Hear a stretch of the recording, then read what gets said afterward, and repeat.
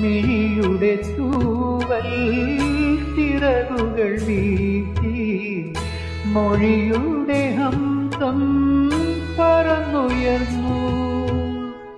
മൗനമെന്ന വാനിൽ മോഹമെന്ന മേഘം ആരിയായി മാനസം പീലി വീശി. മൗനമെന്ന വാനിൽ മോഹമെന്ന മേഘം ആരിയായി മാനസം പീലി വീശി. ശരത് പൂർണിമയാമിനിയിൽ ശാന്തമായ തടാകങ്ങളിൽ ശശിബിംബം